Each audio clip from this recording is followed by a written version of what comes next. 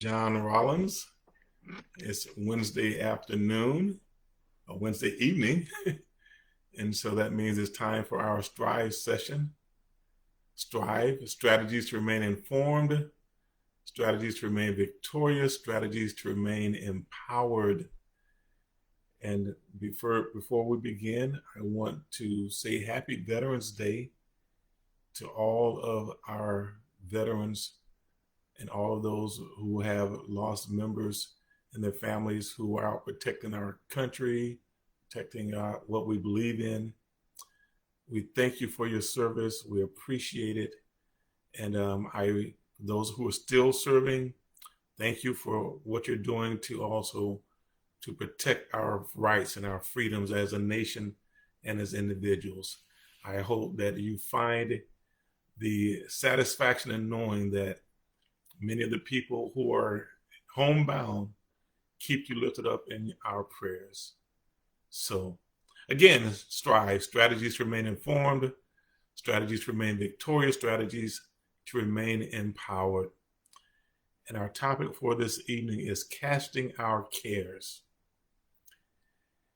Many of you who follow me on Facebook or on social media, it's not a well-kept secret. I love to fish. You've heard the saying maybe that a bad day fishing is better than a good day at work. And in an attempt to be transparent, earlier in my career, there were some days that I decided that I did not want to go to work because I wanted to go fishing. So I'll let you interpret that the way that you think is best. But I love fishing. I've been in the heat fishing. I've been in the cold fishing. I've been in the thunderstorms fishing. I'm almost embarrassed to say, but I've been in lightning storms in the middle of the lake in a boat fishing. I just love fishing. And so I'm trying to actually train or expose my grandson to the love of fishing as well. And so I think I'm doing pretty good. When we can go out, he loves to go with me. He'll get on the boat with me, and we'll go and sit by the side of a lake or a river somewhere, and we'll throw some lines in the water. And a lot of times we'll laugh and we'll talk and we'll challenge each other with different things. But I just love it, and I'm trying to build in him a love for it as well. Okay, so part of our time together today will deal with he and I out enjoying the waters, enjoying nature. So when he was earlier, I think 3 years old is when I first took him out with me on the boat. He and his grandmother and I, we went out on the boat together at the age of 3. I waited 3 years, so I thought I did good. Okay, but we bought him a little kitty reel combination. And I don't know if it was a Mickey Mouse, or I think we maybe started with Mickey Mouse and eventually went to Paw Patrol. Those are things that he liked. So we bought him a kitty rod, and I taught him then how to cast and how to wind in the line once he's cast it out. So we went on Friday out on the boat, and apparently he felt that he has outgrown the kitty rod. He wanted to start trying to fish with my tackle. And for those who know something about fishing, you know you have what's called a closed face reel. You have what's called an open face reel. Well, I'm teaching him with the closed face reel. That's the one where you push the button and you throw it out. Well, when we started fishing, and we didn't take his kitty rod with him, so I only had my tackle. And when we started out, I would cast a line out into a spot where I thought he would be able to catch fish. And sure enough, early in the morning, he would pull in fish, and we have some video of him winding the fish in, and he's just smiling, and you can feel the joy that he's experiencing. Eventually, he became more interested in practice casting the reel and the rod than he was in catching fish. And so I positioned the boat in a place where the likelihood of him getting his line hung up in the trees and hung up in the bushes was slim. And so he would, and I taught him how to do it. You got to, when you have to release the button so that the line will go out away from you as opposed to over your head or behind you or not go at all. Some of his casts were better than others, but he kept practicing. And eventually he got on a roll where he had several casts that went a pretty good distance. and of course, you can imagine that his confidence grew. Excuse me. And as a result, he took less time in preparing between his casts. I mean, he would reel it in and throw it back out, reel it in and throw it back out. And he just wanted to continue to haul off and try and sit as far as his line as far as he could. He was doing well. He was getting the line out, casting on his own. And again, his confidence was increasing. Now, on several occasions, however, he would try to cast his line and he was unable to do so. And he was becoming frustrated. The frustration became more obvious. And so I would glance over and I looked over one time and I was able to quickly diagnose the problem. And if you fish, you can probably imagine what was going on. When he was reeling the line in around the tip of the reel of the rod, the line had wrapped around it. And so he was unable to cast it out. He would throw it and it wouldn't go anywhere. And so I untangled the line for him. And I told him, I said, this is why your line has become entangled. And this is what you need to do to avoid having it tangled in the future. So he went back at it again. He noticed he was casting in and he was having various levels of success. Papa, look how far I threw. Papa, that one went far. And yeah, Josiah, you did a great job on that one, man. Keep it up. I'm proud of you. But before long, his line was tangled again. And again, I untangled it. I said, Josiah, this is what you need to do to avoid getting your line tangled in the future.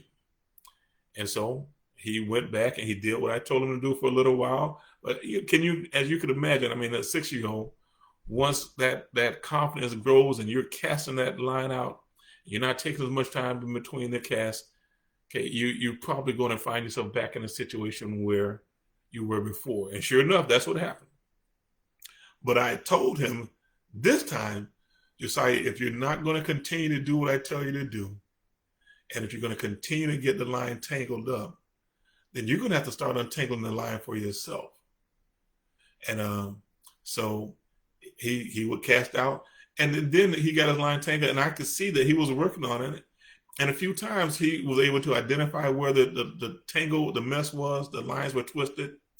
He was able to work it out. And even in that, his confidence grew. I was thinking to myself, okay, great. He's learned his lesson. But after a little while, I noticed that he put his line down and he asked for something to eat. And if you fish, you understand that. I mean, every angler understands that a trip to the lake has as much to do with getting some refreshments as it does with catching fish. So when he said, well, Papa, I want to eat something, I didn't think much of it. So I gave him something to eat. He finished his snack, but he didn't immediately go back to casting. And I was thinking, well, maybe he's tired. So I didn't really pay any attention. But over time, I looked over and I saw the reason why he was no longer casting his line out. The line on the rod had become tied up in knots. And I had instructed him that if you're going to not do what I asked you to do, then you're going to have to start fixing it on your own. And he had tried to fix it on his own. But what happened, his effort to try to fix it actually made the situation a lot worse. The line was tied up, the line was twisted around, the line was looped, and it was in a bad situation. In fact, the situation was so bad that, I'll just say it this way. If I had addressed the situation immediately when it happened, I could have taken a few seconds to resolve it. But because I had allowed it to go as long as he had put as much effort as he did in order to get out of that mess, it required that I spend considerably more time dealing with it to work it out. Eventually, I did untangle the line and he was able to begin casting again. But there was a lesson in that. There was a lesson for him and there was a lesson for me. And I think the lesson was probably more for me than it was for him. I found out that there are certain situations that were never intended for us, based on our limited abilities, based on our knowledge, based on our awareness, based on our skills, for us to try to resolve. Our hearts might be in the right place, our intentions may be in the right place, but we just don't have the ability to work it out. And I've discovered that that's very similar to how it is when it comes to the relationship that we have with God. There are some situations, there's some things that will happen to us that are outside of our ability. We will find ourselves in situations, we will find us in positions that have us bound, that have us entangled, that have us tied up in knots. And we may feel that it's up to us to fix it. But in those situations, we should take it to God. See, what I was able to do in a matter of minutes, he would have never been able to figure it out.